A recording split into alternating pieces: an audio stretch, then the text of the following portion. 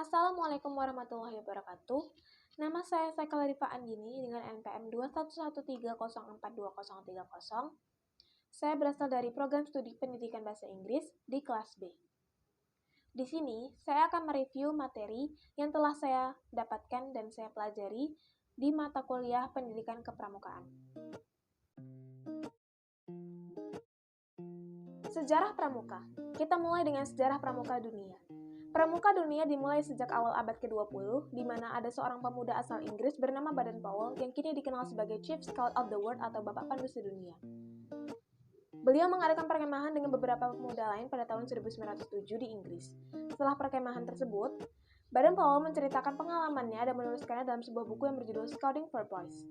Dan buku inilah yang menjadi cikal bakal lahirnya gerakan pramuka. Pada tahun 1907, nama pramuka adalah Boy Scout, karena pada saat itu pramuka hanya ditujukan untuk laki-laki saja. Dan pada tahun 1916, lahirlah sebuah gerakan pramuka khusus perempuan bernama Girl Guides, yang didirikan oleh adik Baden-Powell yaitu Agnes. Lalu pada tahun 1918, Baden-Powell mendirikan River Scout, yaitu gerakan pramuka untuk kelompok remaja yang berusia 17 tahun. Sekarang kita beralih ke dalam sejarah pramuka Indonesia. Gerakan pramuka di Indonesia dimulai dengan pasang surut dalam aktivitas organisasi, yang mana pada saat itu Indonesia masih berada dalam masa penjajahan. Oleh karena itu, ada 3 masa pramuka di Indonesia. Yang pertama adalah masa penjajahan Belanda. Gerakan pramuka pada masa kolonial ini dibawa oleh Belanda dengan mendirikan organisasi kepramukaan bernama Indische Padvindersvereniging atau NIPV, yang berarti Persatuan Pandu-Pandu Hindia Belanda dalam bahasa Indonesia. Di tahun 1931, terbentuklah Persatuan Antar Pandu Indonesia yang berubah nama menjadi Badan Pusat Persaudaraan Kepanduan Indonesia atau BPPKI. BPPKI melakukan kegiatan perkino atau perkemahan kepanduan Indonesia umum. Perkemahan inilah yang menjadi cikal bakal pelaksanaan kegiatan Jambore hingga sekarang. Lalu yang kedua adalah masa penjajahan Jepang. Pada masa ini, gerakan pramuka masih terus bertahan. Namun saat tentara Jepang melakukan penyerangan kepada Belanda di Perang Dunia Kedua, banyak tokoh kepanduan Indonesia yang ditarik masuk ke organisasi militer dan semi-militer milik Jepang, seperti Peta, Keibondan, dan Seinendan. Oleh karena itu, gerakan kepramukaan kian melemah. Dan yang terakhir adalah masa kemerdekaan Indonesia. Pada tanggal 28 Desember 1945, didirikannya organisasi Pandu Rakyat Indonesia di kota Solo. Organisasi ini ditetapkan sebagai wadah kepanduan di mana anggota kepanduan Indonesia bisa bernaung. Dan pada tahun 1961, terdapat sekitar 100 organisasi kepanduan di Indonesia yang terbagi menjadi 3 federasi organisasi, yaitu Ikatan Pandu Indonesia bagi anggota pandu pria, Persatuan Kepanduan Putri Indonesia, dan Persatuan Organisasi Pandu Putri Indonesia, yang keduanya adalah organisasi pandu wanita. Pada tanggal 14 Agustus 1961, gerakan pramuka dikenalkan secara resmi kepada masyarakat Indonesia, dan oleh karena itu, 14 Agustus diperingati sebagai Hari Pramuka. Lalu kita masuk ke dalam struktur organisasi gerakan pramuka. Ada yang namanya Ketua Majelis. Yang pertama adalah Ketua Majelis Bimbingan Nasional atau Kamabingas, yang merupakan seorang presiden. Yang kedua adalah Ketua Majelis Bimbingan Daerah atau Kamabida, yang merupakan seorang gubernur. Yang ketiga adalah Ketua Majelis Bimbingan Cabang atau Kamabicap, yang merupakan seorang wali kota. Yang keempat adalah Ketua Majelis Bimbingan Gugus atau Kamabigus, yang merupakan rektor dari suatu universitas. Yang kelima adalah Ketua Majelis Gugus Depan atau Kamagudep. Lalu ada masing-masing kuartir. Yang pertama adalah kuartir nasional atau Kuarnas. Yang kedua, kuartir daerah atau Kuarda. Yang ketiga, kuartir cabang atau Kuarcap. Yang keempat, kuartir ranting atau Kuaran. Dan sistem yang digunakan oleh pramuka ini dinamakan sistem Among. Sistem Among sendiri itu dikatakan sebagai ketika ada yang belajar, maka ada juga yang membimbing. Lalu metode kepramukaan yang dipakai ada 8. Yang pertama adalah pengamalan kode penghormatan pramuka, belajar sambil melakukan, sistem bergu, kegiatan yang menantang dan menarik, kegiatan di alam terbuka, kemitraan dengan anggota dewasa, sistem tanda kecakapan, sistem satuan terpisah untuk putra dan putri. Lalu selanjutnya adalah administrasi kepramukaan. Administrasi dalam pramuka meliputi penataan dan penertiban secara tertulis, serta meliputi ketentuan berupa kegiatan-kegiatan yang disebut tata usaha dalam gugus depan Gerakan Pramuka. Administrasi digolongkan sebagai berikut, yaitu ada catatan, laporan, perencanaan rencana dan program, keputusan, serta surat menyurat. Lalu ada pembukuan pramuka. Yang pertama adalah buku agenda, buku registrasi peserta didik, buku registrasi pembina dan anggota majelis bimbingan, notulen rapat, buku program, buku acara kegiatan, dan buku inventaris. Lalu ada program kerja gugus depan. Program kerja ini menjadi sebuah administrasi yang selayaknya disusun oleh gugus depan setiap tahunnya. Program kerja ini menjadi perencanaan sekaligus acuan dan pedoman pelaksanaan kegiatan kepramukaan selama 1 tahun di gugus depan tersebut. Contoh Prokja Gudep diantaranya adalah Mugus atau Musyawarah Gugus Depan, melengkapi administrasi gugus depan, latihan mingguan, mengikuti perlombaan, mengikuti atau mengadakan jambore, dan lain sebagainya.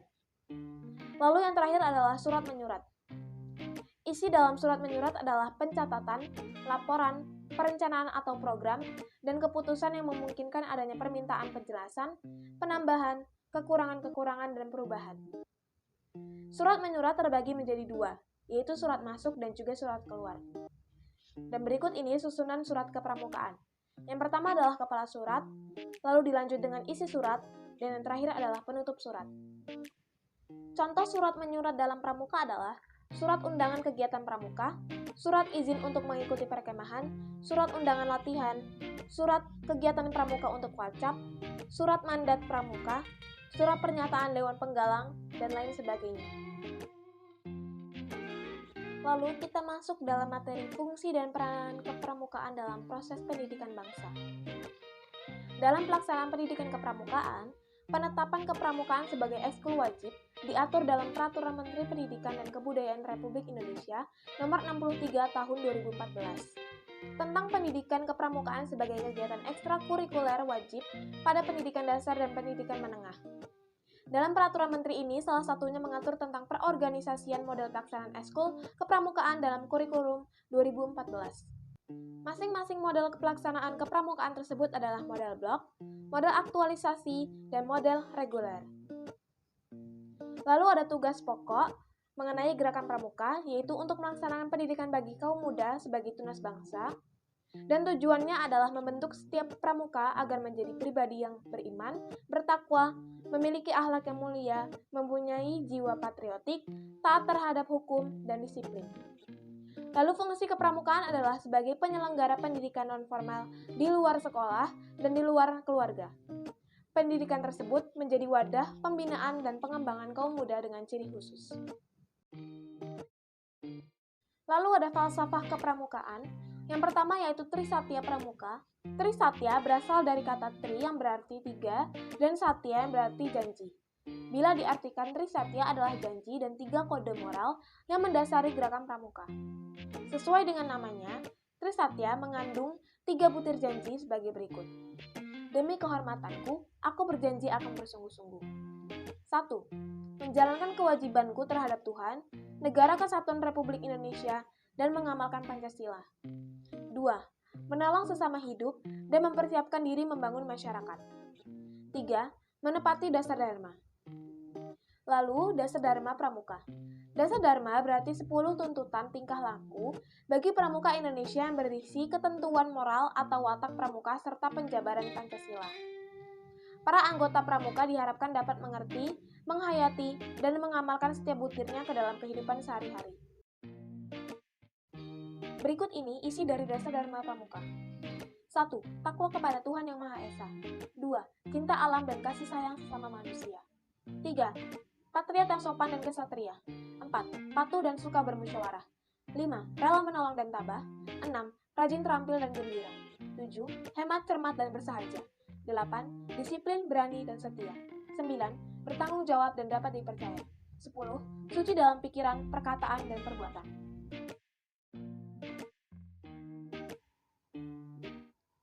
Lalu AD dan ART.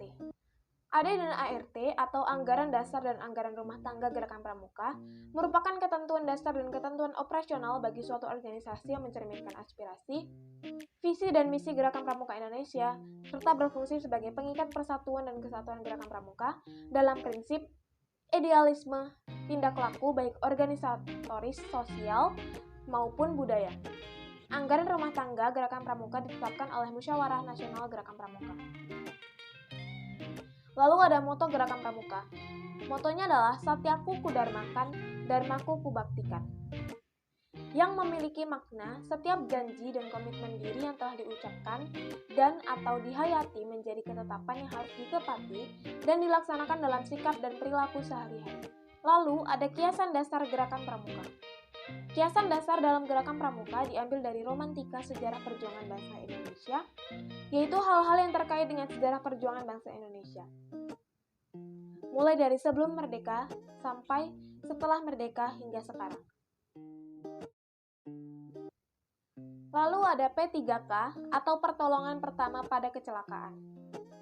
P3K adalah perawatan pertama yang dapat dilakukan penolong yang diberikan kepada orang yang mendapatkan kecelakaan atau sakit yang mendadak sebelum korban dibawa ke fasilitas kesehatan yang lebih baik, seperti dokter, klinik, atau rumah sakit. Tujuannya adalah untuk mencegah agar cedera yang timbul tidak lebih parah, menghentikan pendarahan, menjaga fungsi saluran pernapasan, mencegah infeksi, mengurangi rasa sakit, dan mencegah nyeri. Pembalutan adalah suatu tindakan menggunakan balut yang bertujuan untuk menutup luka atau menghentikan suatu pendarahan agar luka tidak terpapar langsung, dengan lingkungan bebas atau menghindari terjadinya infeksi dan mengurangi nyeri. Sedangkan pembidaian merupakan tindakan imobilisasi eksternal bagian tubuh yang mengalami patah tulang dengan menggunakan alat bernama bidai dan dipasai dengan menyesuaikan bentuk tubuh agar tidak terjadi deformitas atau perubahan bentuk tubuh tidak sesuai dengan anatomis tubuh. Lalu ada transportasi. Transportasi dalam ranah P3K merupakan kegiatan pemindahan atau evakuasi korban dari tempat darurat ke tempat yang fasilitas perawatannya lebih baik, seperti rumah sakit atau tempat yang lebih aman. Biasanya dilakukan bagi pasien atau korban cedera cukup parah, sehingga harus dirujuk ke dokter. Transportasi sederhana yang dipakai bisa berupa tandu darurat yang dibuat dari sejumlah bambu dengan ukuran tertentu dan dirakit menggunakan tali dan juga mitela, yaitu kain pembalut berbentuk segitiga untuk menopang tubuh pasien. Lalu ada keterampilan pramuka. Keterampilan pramuka mempunyai arti kompetensi fisik dan tindakan yang dimiliki seseorang. Berdasarkan ranah pengembangannya, kompetensi tersebut dikelompokkan ke dalam keterampilan spiritual, karakter, emosional, sosial, intelektual, dan fisik, atau skesosif. Yang pertama ada api unggun. Di dalam kepramukaan, kegiatan api unggun diselenggarakan sebagai acara hiburan dengan suasana yang sukacita. Tujuan dilaksanakan kegiatan api unggun adalah untuk mendidik dan menumbuhkan keberanian serta kepercayaan diri anggota pramuka melalui cara berpentas. Yang kedua yaitu teknik menggambar panorama. Lalu ada tanda jejak. Tanda jejak adalah tanda untuk menunjukkan sesuatu, apakah itu arah, jalan, atau bahkan hal lain tentang peristiwa atau kejadian. Dalam kepramukaan, tanda jejak selalu bersifat rahasia. Untuk membuat tanda jejak tersebut, dapat dipakai batu, kayu, ranting, goresan, rumput, dan benda-benda lain. Lalu ada tanda medan. Tanda medan adalah tanda situasi yang terdapat pada tepi kiri atau tepi kanan dari sebuah peta. Tanda medan ini dapat digunakan dalam pembuatan peta perjalanan, dan peta lokasi ataupun denah. Lalu ada sandi pramuka. Penggunaan sandi pada awalnya digunakan oleh para pahlawan terdahulu untuk berkomunikasi tanpa diketahui oleh para musuh. Dan di masa sekarang, sandi dipakai dalam kegiatan militer yang membutuhkan kerahasiaan dan juga para pramuka sebagai media pembelajaran. Ada berbagai macam sandi pramuka, diantaranya adalah sandi AN, sandi AZ, sandi AND, sandi rumput, sandi kotak, dan sandi morse. Masing-masing dari sandi pramuka tersebut memiliki cara penggunaan yang berbeda-beda. Lalu ada upacara pramuka. Kegiatan upacara dalam gerakan pramuka merupakan salah satu alat pendidikan untuk membiasakan selalu berbuat dengan tertib dan menanamkan rasa cinta tanah air, disiplin, gotong royong, rasa tanggung jawab, dan takwa kepada Tuhan Yang Maha Esa. Kegiatan upacara dalam gerakan pramuka juga diatur secara seragam, sehingga dapat berfungsi sebagai alat pendidikan yang berdaya guna dan tepat guna.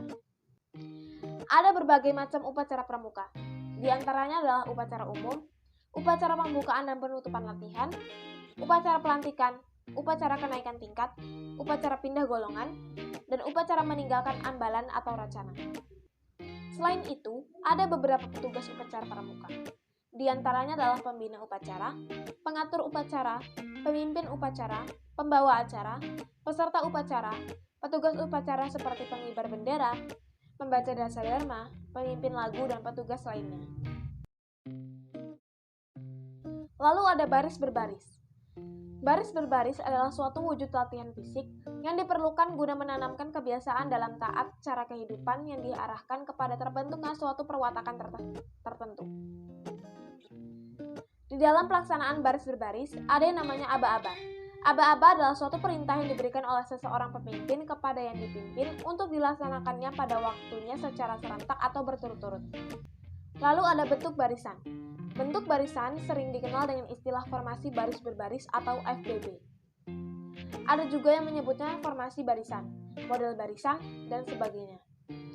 Ada beberapa bentuk barisan dalam gerakan pramuka, yaitu berderet, angkare, lingkaran besar, lingkaran kecil, setengah lingkaran, koloni terbuka, koloni tertutup, anak panah, perlombaan, bentuk selat, selat terbuka atau selat balik, roda, dan juga berbanjar. Lalu yang terakhir adalah lagu-lagu pramuka. Yang pertama adalah lagu pramuka berkemah, lalu ada Mars Jambore Nasional, yang ketiga lagu pramuka alam bebas, yang keempat himne pramuka, yang kelima lagu pramuka sejati, yang keenam lagu pramuka mandiri, yang ketujuh lagu pramuka Praja Muda Karana, yang kedelapan lagu pramuka Apa Guna Keluh Kesah.